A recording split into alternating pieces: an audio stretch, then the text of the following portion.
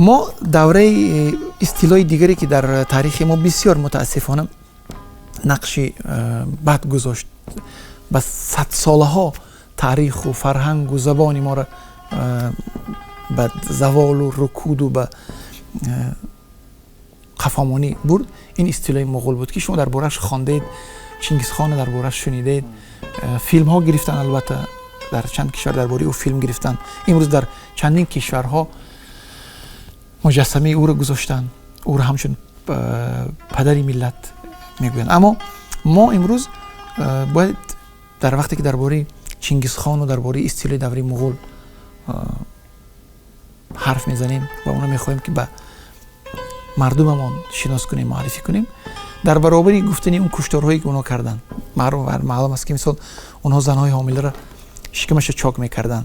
اونها بعضی شهرها میدونن در یک شهری که 60,000 اهالی 70,000 اهالی بود 17 کس زنده ماند. بعضی شهرها اصلا مثل مرو و مثل بلخ اصلا از بین بردن. شهرهایی که کانونی فرهنگ و تمدن و زبان و دین و آیین ما بودن اصلا از بین رفتن، دیگه به خود نآمدن. نیشاپور، بلخ، سمرقند، خیلی بعضی شهرها دوباره احیا شدن، بعضی شهرها اصلا از بین رفتن.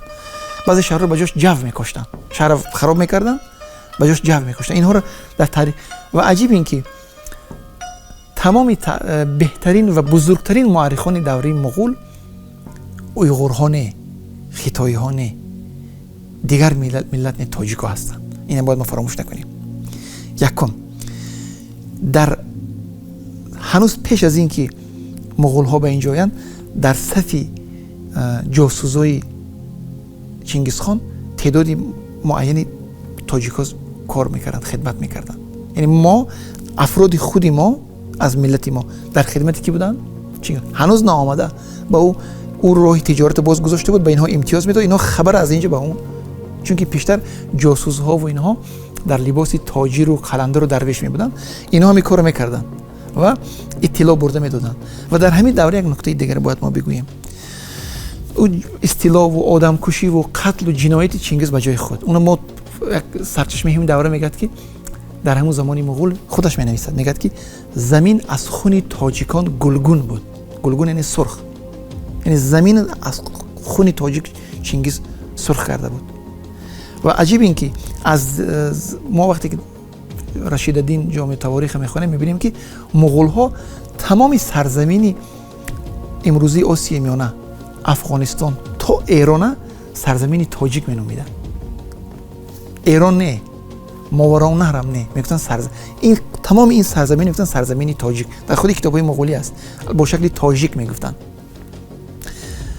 ما چی درس از این دوره مغول؟ ما اگر فقط چنگیز دشنامتیم، اختای دشنامتیم، نمیدونم چغتای و جوجی و فرزندان مغول ها، مغول و مغول زاده هایی که به سرزمین ما هجوم آوردن، اونها رو فقط اگر دشنام دهیم یا که هولاکو و ما به هیچ چی نمیرسیم. اونها مردن، در تاریخ رفتن. ما باید در کتاب، در فیلم به مردم بفهمونیم که اونها اگر آمدن پیروز شدن، اونها 3 دست نداشتن، اونها پاهاشون از ما بیشتر نبود یا سیتگی اونها مثل ما از نوع بشر یکسان است. چرا پیروز شدن؟ در برابر یک کشوری بسیار مقتدر. شما ببینید سمرقند اون وقت در کجا بود، مغول در کجا زندگی میکرد، یا مرو در کجا، در کدام حالت قرار داشت. کتابخانه های این دوره در یک شهر تا 100-200 کتابخانه موجود بود. در بعض شهرها تا چند هزار حمام وجود داشت. این شهرها از نگاه ساختاری شهرنشینی از شهرهای همون دوره اروپا یک سر و گردن بالا بودن. شما تصور کنید در همین دوره که مغول ها آمدن در اروپا توالت اون کانالیزاسیون نداشتن، صابون و اینها این چیزا در جریان جنگ های صلیبی آموختن، از شرق بردن. انمی تمدن ما خود ما بود. درست چنگیز آمد اما ما خود ما هم سبب داشتیم، سبب گار بودیم. یکی از دلیل های در برابر اتحاد نداشتن ما تاجیک ها، اتحاد نداشتیم، میان همدیگر اختلاف داشتیم. شما تاریخ جوینی رو خوانید، جوینی تاجیک است، پدرش، باباش، همش اینا دبیر و دبیرزاده و شخصیت های بسیار معروفن. وقتی جنگ خوارزمشاهی ها و جنگ غوری ها رو قلمداد میکنه، به تاثیر میکشد، خودش تاجیک است، لیکن غوری ها تاجیک، خوارزمشاهی ها ترک. این جانب خوارزمشاهی ها رو میگیره، جانب تاجیک ها رو نمیگیره. اینها هم دولت بودن، سلطان داشتن، علاءالدین و سلطان شهاب الدین و ببینید همین این چیزها رو ما باید بفهمونیم به مردم، برای اینکه آگاهی ما از تاریخ فقط افتخاری پوچ نه ما این داشتیم با این ما هیچ کار. اگر ما از تاریخ فقط افتخار به استخوان‌های گذشته کنیم، به شاعری گذشته، به دانشمندی گذشته، ما از تاریخ گویا خاکستر گرفتیم، هیچی نگرفتیم. من یک مثال میارم از این قضاوت کنیم. وقتی که لشکر مغول‌ها شهر مرو محاصره کرده بود که گفتم که این شهر اصلا به خاک یکسان کردن، جوینی میگه که در حالی که مغول‌ها در فکر بودن که دیوارهای شهر چه خیلی ما رخ نکنیم و وارد شویم شهر گیریم، در درون شهر پیروای مذهب ابو حنیفه و شافعی که هر دوشون هم مسلمان و هر دوشون هم اهل سنتن در حالت جنگ بودن. میدونید برای چی؟ برای اینکه اینها یک مناره ساختن، شافعی ها مناره مسجدشون از مناره مسجد حنفی ها کلانتر بود. اینا گفتن که شما چرا مناره رفتن مناره اینا ساخت که باید اینا کتابخانه اینها رو اصلا شهرها رو خودشان خراب کردن. یعنی انمی تعصب خرافات و تعصب مذهبی یکی از علتهای اون که ما در زمان مغول و پیش از مغول این خاک ما رو به باد داد. یکی از بزرگترین ضربه های ما، یکی از دشمن های اساسی ما در زمان تاریخ 1000 سالی گذشته ما تعصب بود. تعصب یعنی خب تعصب میدونید دیگه چی، در اصطلاح روسی اونو فناتیزم میگوین. تعصب یعنی بیرونی میگفت که تعصب میگفت چشمای بینا رو کور و گوشهای شنوا رو کر میکنن. تعصب یعنی نادانسته، ناآگاهانه بحث کردن و جدل کردن و به همدیگر چسبیدن. این درسی است که ما باید، من فکر میکنم در همین فیلمنامه ما باید به مردم بفهمونیم که درست چنگیز آمد کشت ما را، زنهای تاجیک تجاوز کرد، هزاران صدها هزار زن اینها صدها هزار زنها رو اسیر بردن. اینا چیزهایی که در تاریخ هست، وقتی که میخونید شما باور نمیکنید، موی بدنتون راست میایستد از اون فاجعه که اونا به سر ما آوردن. و این فاجعه رو با خودی ما تاجیکا نوشتیم همچون فتنامه مغول ها. لیکن درست در برابر این کاری که اونا کردن ما باید علت ها، عوامل داخلی زوال و انحطاط و پسروی رو باید بیاموزیم. دونیم که کی خیانت کرد، اون خیانت ها کی بودن. ما نمیگیم اونا رو خیانت کنیم اون مرده هاشون پیدا کنیم دوباره بدار کنیم، خودی همین پدیده خیانت کردن، نرسیدن به قدری همون نعمتی که در دست هست. یعنی ما در اون زمان هر چی که هم نبود سرزمین، من گفتم برای شما حتی سعدی رو ببینید، سعدی هم که در همین زمان زندگی کرده است، همین قلمرو خودش سعدی تاجیک میگوید. یکی از شاعرای کمترین شاعری ما است که خودش میگه من تاجیکم، سعدی است. بگذار به پادشاه بگویند ترکی تو بریخت خونی تاجیک. خودش تاجیک میگوید و در شعر دیگه میگه که عرب دیده بود ترک و تاجیک و روم، یعنی در قطار سرزمین عرب، در قطار سرزمین روم و ترک، این سرزمینی تمام حدود آسیای منو و ایران سرزمین تاجیک مینامد. انمین تمدن ما به دست خود ما از دست دادیم. من با چنگیز خان چی جنگ کنم، با چنگیز خان چی دشت نامتیم، چنگیز خان مرده است. ما باید در انمین محدوده تاریخی ما باید چی نشان دهیم که در همون زمان کیها به منافع ملی و منافع مردم خود خیانت کردند. در اصل نگاه کنید حضور، شکست سامانی رو نه همه میدونند. میتونید که در 2 دقیقه برای ما فهمونید که چگونه شکست خورد همون خودی سامانی رو در نظر گیریم؟ اگر درباره سبب‌های زوال سامانیان اگر ما اندیشه کنیم، بعضی نفرایی که از تاریخ خیلی آگاهی کم دارن، منابع همون دوره سرچشمه هم دوره نخوندن، فکر میکنن که قراخانیان از حدود ترکستان شرقی، حدود امروزی چین آمدن و غزنویان از حدود امروزی افغانستان یک جایی شدن، دولت سامانیان برهم دادن. اما شما منابع تاریخی خونه این خیلی نیست. سامانیان نیست با وجود همین خدمت هایی که برای تاریخ و تمدنی ما کردن، ما مدیون سامانیانیم. ما چقدر که برای خاندان سامانی گل گذاریم و پیکره سازیم و به نامشون خیابان و دانشگاه چی که کنیم کم است. اونا واقعا خدمت کردن. اما همین سامانیان همشون یک نبودن. ما سامانیانی آخر ببینید چیکار میکنن در برابر مردم خودشون، به خاطر اون که سیستان، ملک سیستان که تاجیک نشین بود، یا که ملک ختلان یا خوارزم، کلمه استان وایس مثلا افغانستان، تاجیکستان، ازبکستان، قرغیزستان، اینا اصطلاحی استان تاجیکی است. بله. اصطلاحات اینا مال خود ما هستن. به خاطر آنکه سیستان یا خوارزم یا ختلان یا مرو از دستشان نرود یا رای چیکار میکردن؟ مردم حاکمان این سرزمین ها سلاله های محلی، سلسله های محلی تاجیکی بودن. یا من این سرزمینی که جوزجان با نام جوزجان امروز در حدود افغانستان با نام گوزگانان معروف بود، به خاطر اینکه حکومتش برای همینا تحمیل کنن بیگانه ها را ترکا را میفرستادن. تمام لشکره به خود مردم محلی باور نمیکردن، میگفتن اینا با ما خیانت میکنن. بیگانه ها رو به خاطر اینکه صداقت کنن غلام می آوردن.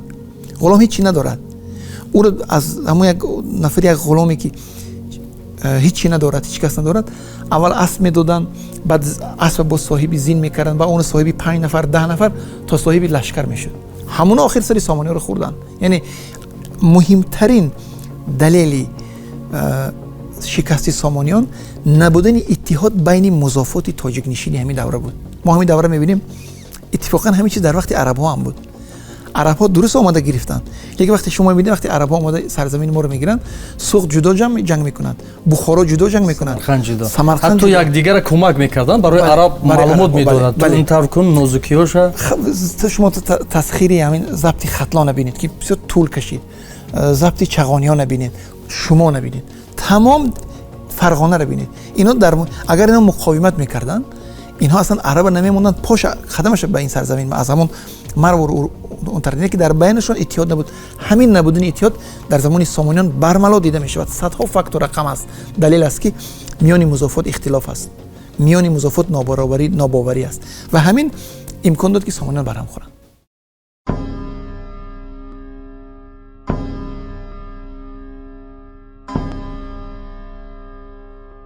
اکنون نگاه کنید استاد، یک گفتیم، دو گفتیم، سه گفتیم، چهارم خطا نکنم شوروی. بله. شوروی با ما چی کرد؟ خب ببینید، شما یک سوال بسیار سوال دادید برای من که بسیار دشوار است. میگن که یک عرب های زمان جاهلیت با همین شتر بسیار وای بودند، با شتر بسیار معنوس بودند، یعنی عادت کرده بودند. شتر بارشون میبرد، خودشون میبرد، شیرش میخوردن، گوشتش میخوردن، پشمش. بعد اینقدر شتر در میان عرب ها معروف بود که میگن از یک عرب پرسیدن که تو خدا رو بیشتر دوست میداری یا شتر؟ بعد در فکر زد. وقتی گفتن چرا بسیار فکر میکنی؟ گفت تو من در بین دو دوست گذاشتی، نمیدونم کدامش انتخاب کنم. شما یک سوال دادید که اگر ما حاضر به این سوال جواب بدیم، جامعه امروزی تاجیکستان هنوز به این سوال جواب مشخص نداده است. چرا؟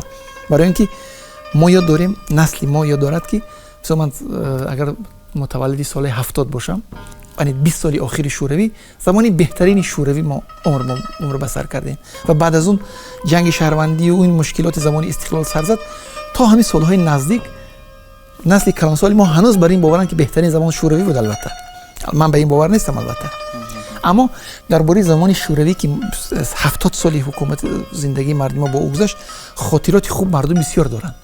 اما من کار ندارم با منافع شوروی و حزبی کمونیستی. این من از نگاه یک مورخ به این مسئله نگاه میکنم. ببینید حکومت شوروی 70 سال بر ما 70 چند سال حکومت کرد، اما تنها 20-25 سال این زمان آخری شوروی مردم یک زندگی خوب و آسایشته داشتن. ببینید شوروی یکمین که خودی همین انقلابی که البته امروز اون انقلاب نمیگویند، در روسیه و در تمام کشورهای سابق شوروی همین حادثه‌ای که سال 1917 رخ داد این تبدلات میگویند. اما کار ندارم با تبدل، با هر چیزی است، ما نتیجهش میگوییم. یکم چیزی بدی که شوروی برای ما داد، آزادی وجدان، یعنی اعتقاد به دین و آیین از مردم گرفت.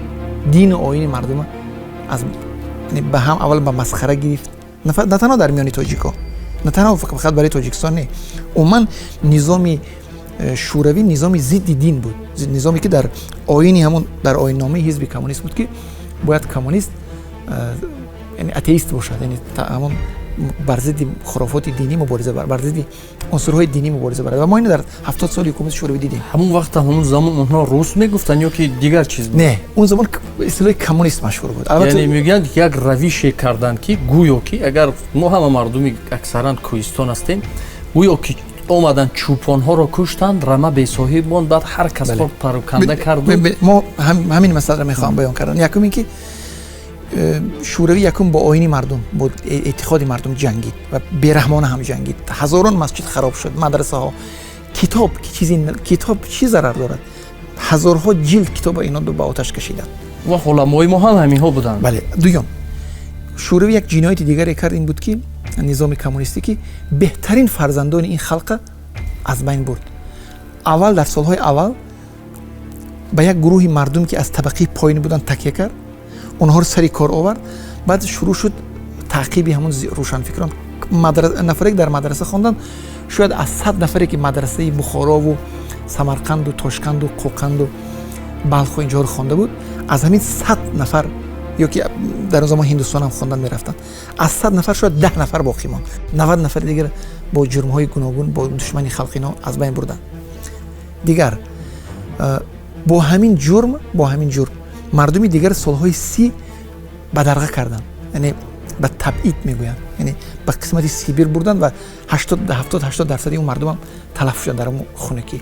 як дирӯз дар як барномаи байналмилалӣ дида будам ки унҷо на тоҷӣ гуфту на чӣ гуфт, Самарқанд ёд овард ки ҳамун мардума бурданд дар ҳамун хунукиҳову бале ҳазорон нафар, ин садҳо миллионҳоро қатл кард. боз ба ҳамин филм босмачиҳоро ҳатто босмачиам фаромӯш накунед. бинед ин баъд ҳаракате ки дар муқобили шӯравӣ бинед ҳозир баъзиҳо мегӯянд ки ҳукумати шӯравӣ ҳукумати биломунозеъ набуд, яъне ҳамин хел омад мардум ҳама қабул карданд. Не, бинед шумо мо то солҳои 30 агар ҳукумати шӯравӣ соли 17 омада бошад, 17 ва 18 тақрибан 10-12 соли дига мардум дар муқобили шӯравӣ. Иброҳимбек то соли 31 ҷангид. дар баъзе минтақаҳои Тоҷикистон то солҳои 31, то замони ҷанги, ҳатто ҷанги дуюми ҷаҳон мардум муқовимат карданд. мардум чаро? Чун аз режим, аз амалкарди режим норозӣ буданд. ва сеюм ҷинояте ки махсусан барои мо тоҷико кард ин буд ки дар ҳамин тақсимоте ки дар соли 24 шуд, на манфиати мо ба инобат гирифта шуд, на аслан пурсидан аз мо ки шумо мехоҳед ҳамин ё намехоҳед. як тақсимоте гузаронданд ки дар таърих бо номи табартақсим машҳур аст. шумо бинед имрӯз дар Осияи Миёна ягон кишвари, ягон ҳамсоя кишвари мо, на танҳо мо, байни ҳамдигар бепроблема нестем. як тақсимоте хусусан барои сарҳад, дар сарҳад, дар ҷобаҷогузорӣ, шаҳрҳои минтақаҳои як мардуме ба дигар. дар ҳамон замон ман бисёр афсӯс мехӯрам барои касое мегуфтанд ки инҳо карданд ё фалонҳо карданд ё намедонистанд. ин гап афсона аст. шумо китоби Шишофро хонед, 14 сол қабл аз тақсимоти миллӣ, соли 1910 чоп шудааст ин китоб. дар онҷо гуфта мешавад аҳолии шаҳрҳо дар куҷо ки зиндагӣ мекунанд. яъне ин огоҳона дида ва дониста буд. ва чорум ҷинояти инҳо ин буд ки хатти моро аз мо гирифтанд. хатте ки мардум 1000 сол менавишт. шумо тасаввур кунед, ма ба хотире ки умқи ҳамин ҷиноят, умқи ҳамин фоҷиа ба мардум гуфта шавад, ман чӣ барои шумо мегӯям. шумо тасаввур кунед, мо ҳозир дар замоне ки ин қадар мактаб дар Тоҷикистон аст, ин қадар компютер дорем, интернет, тамоми мактабҳо мо тақрибан муаллим доранд. яъне мо агар муқоиса кунем қобили қиёс нест муаллимои ҳозир мактабу бо вуҷуди ҳамин костиҳош. мо агар ҳозир пешниҳод кунем ки бед алифбор тағйир диҳем, сарфи назар аз ин ки ба кадом хат тағйир диҳем, ба лотинӣ тағйир диҳем, гашта ба арабӣ баргардем ё хитоӣ кунем, ман намедонам кадом. мегӯянд ки шумо чӣ кор карда истодед? ин кор, ин медонед чӣ қадар хароҷот. шумо тасаввур кунед, мо дар бораи кадом аср гап мезанем, дар бораи ин аср. анку шумо тасаввур кунед, дар давоми 12 сол ҳукумати шӯравӣ алифбои моро 2 бор тағйир медиҳад. ҳеҷ кас ҳам намепурсад. алифбои арманҳоро тағйир намедиҳад, алифбои гурҷиҳоро тағйир намедиҳад, алифбои моро тағйир медиҳад маҷбуран. ва ина бо бинед дар замони шӯравӣ ва ҳозирам баъзе одамои ноогоҳ мегӯянд ки ин кори устод Айнӣ кард. бечораи устод Айнӣ хат то охири он бо хатти арабӣ менавишт. он чӣ гуноҳ дорад? агар дар Тоҷикистон кард, дар Ӯзбекистон ки кард, дар Туркманистон, дар Озарбойҷон ки кард, яъне хатти моро тағйир дод. мардум бесавод шуд. дар давоми 12 сол ин дар ҳеҷ ҷои дунё нашудааст ки дар 12 сол як алифбои халқи аввал гиред лотинӣ кунед, бо ягон нашуд, бо гиред кириллӣ кунед. ин чор ҷинояте ки воқеан гӯш ношинид буданд. албатта устод бахшиш мепурсем, ҳанӯз ҳастанд шояд дар дохили тамошобинони мо محبت دارند نسبت به همون دوره شوروی و اگر که خطا نکنیم لنین و دیگر چیز بخشش میپرسه. این فقط تاریخ است. ببینید حافظ میگه که ای به ما وقتی که بگفتی هنرم من بگو. من این فکت های تاریخی رو گفتم، هیچ کس این کار نمیکنن. شوروی در چند مسئله دیگر خدمت کرد برای ما. یکم خدمتش این بود که هرچند در حدودهای خیلی کوچک اما یک جمهوری به نام تاجیکستان تأسیس شد، داده شد. این خدمت همین وقتی که خط الفبا رو چی کردن، تغییر دادن، شوروی در مسئله فرا گرفتن مردم به دانش خدمت بی‌نظیر کرد. یعنی دانش، سواد دسترسی همه شد. ما در سالهای 60 علاقه بیش از 90% مردم با سواد شدن، با همون خطی که نفت شد مردم. این خدمت های خب تندرستی، یعنی در ما با در تمام قلمرو تاجیکستان بیمارستان ها پیدا شدن و وقتی که وبا می آمد، مثلا وبایی که استاد عینی تصویر میکنه، یا سال 1920 وبا آمده بود، وقتی که وبا می آمد بعضی شهرها و دیها اصلا از بین میرفتن، مردم هم میمردن. تندرستی که شوروی در اینجا به میان آورد واقعا بینه در یک مدت کوتاه تندرستی در یک به سطح رسید که دیگه وقتی که وبا می آمد این دیگه مشکل نبود. مردم یعنی واکسیناسی میشدن و بعد دیگر راه‌ها ساخته شدن، مکتب‌های عالی ساخته شدن. خب در اون زمان ما از تاجیکستان شوروی فقط همین 3 شهر به ما داد: خوجند و کانیبادام و استرافشان. 3 شهر برای ما داد. نه، دوشنبه نبود. در یک مدتی برای تاریخ نه چندان طولانی من خود شهر دوشنبه محصول زمان شوروی است. خب نورک، خب شهر کولا، شهر قرغان تپه و شهرهای دیگه ساخته شدن، شهر چیکالوفس، 10 شهر دیگه به میان آمد. خب با وجود همین که محدودیتاش خودشناسی تاجیک‌ها در آخر زمان شوروی سال 70-80 بالا رفت و این چیزی که ما امروز نشستیم امروز و این تاجیکستانی که امروز ما داریم اینم همون محصول زمان شوروی است. یعنی همین با همین حدودهایی که ما اینا از زمان شوروی گرفتیم. اگر همون تاجیکستانی تأسیس داده سال 1924 و 29 نمی بود، ما سال 1991 به استقلال نمی رسیدیم. اینا خدمت‌هاشان، ما خطاهاشو گفتیم، خدمت‌هاش هم گفتیم. تاریخ فهمید. و از سال 70 همین سال 70 شاعرها و دانشمندان ما با سرودن آثاری در زمینی تاریخ و افتخار تاریخی شروع شد. خودآگاهی ملی، مبارزه برای زبان، مبارزه برای فرهنگ، مبارزه برای خودشناسی، احترام کردن تاریخ و همین عوامل همش دست به دستی هم دادن که ما در سال 1990 پس هیچ چیز کردیم. یک پرچه شعری یادتون باشد میگو قصه مرغ سمندر نزد من افسانه نیست. ما برمیگردیم به اصل مطلب. یعنی ما از تاریخ 2500 سال حاضر مفصل بسیار به طریق مختصر یادآوری شدیم. همین برای چی است؟ برای اون است که در زمینه آثار تاریخی، در زمینه حافظه تاریخی ما خودآگاهی و خودشناسی ملت بیدار کنیم. ما با مردم بگوییم که همون بیت مصرعی معروفی که در همون سرود ملی ما هست: زیدوری زمانه ها رسیده ایم، به زیر پرچمی تو صف کشیده ایم. یعنی همین راهی طی کرده رو ما فراموش نکنیم. فراز و نشیب داشتیم ما در این طول 2.5-3 هزار سالی که ما همچون ملت عرض هستی کردیم، همچون خلق بعد ملت، امروز هم خدا را شکر دولت داریم، بسیار فراز و نشیب های زیاد پس سر کردیم. ما باید از سبق تاریخ باید درس گیریم. ما باید از خطایی که در گذشته کردیم اون خطا رو بدانیم و من بعد اون خطا رو تکرار نکنیم. ما دانیم که همین میراثی که به ما آمده رسید این امانته. ما اینو باید امروز نگاه داریم، قناعتی بیشتر بخشیم وابسته به زمان امروز، با به میراثی به فرزندان و به وارثانمون یک دولت، یک فرهنگ، اون طوری که اونا با ما ماندن، ما هم چیزی به آیندگان بمانیم. و وظیفه ماست که در زمینه همین آثار زیاد و آثار بی‌نظیر تاریخی یک فیلم نه دلبر، ما هر دورش میتونیم 10 فیلم کنیم. در زمینه تاریخی ما و داستان‌های ما 100 فیلم میشود ایجاد کرد و غرض همین این یک است: بیدار کردن خودآگاهی مردم و همین اندیشه که مردم باید امروز در این سیل جهانی شوی که تمدن‌ها رو فرو برساده است، баъзе забонҳо аз байн рафта шудааст. бинед мо чизҳое ки 20 сол пеш доштем баъзе чизҳоро имрӯз надорем. 20 сол пеш дар хонадонҳои мо 20-30 сол пеш афсона мегуфтанд. имрӯз технологияву интернету ин чизҳоро аз телевизион аз байн бурд. ин чизҳоро имрӯзам бисёр ҷанбаҳои фарҳанги мо дар маърази таҳдиданд. забон, худогоҳӣ, инҳоро мо фолклор, инҳоро мо бояд чун худоро шукр ҳар чӣ ки ҳам бошад истиқлол дорем ва забон аксара балол мекард дӯстон. дар он бобати забон чандин бор гуфтем ки хоҳиш кардем ки ақаллан бо фарзандҳо тоҷикӣ гап занем. ҳозир як намуд байни мардум муаррифӣ шудааст. Нови таҷик шо мегӯянд. Тоҷикони нав ки рости ҳама медонанд, тоҷикӣ намедонанд.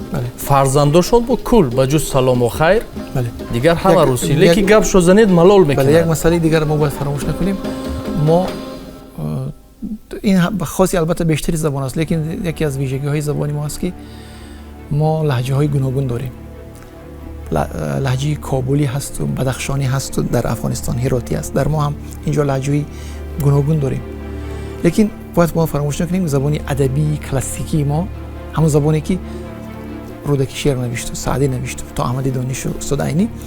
мо агар хоҳем ки ба забони давлатӣ эҳтиром гузорем, бояд забони меъёрро бояд риоя кунем ва забон яке аз рукнҳои аслии миллат аст ва мо бояд бар он кӯшем ки имрӯз ҳамин ин муқаддасоти миллиро арҷ гузорем, ғановати бештар бахшем ва нагузорем ки ба боди фаромӯшӣ супорда шаванд.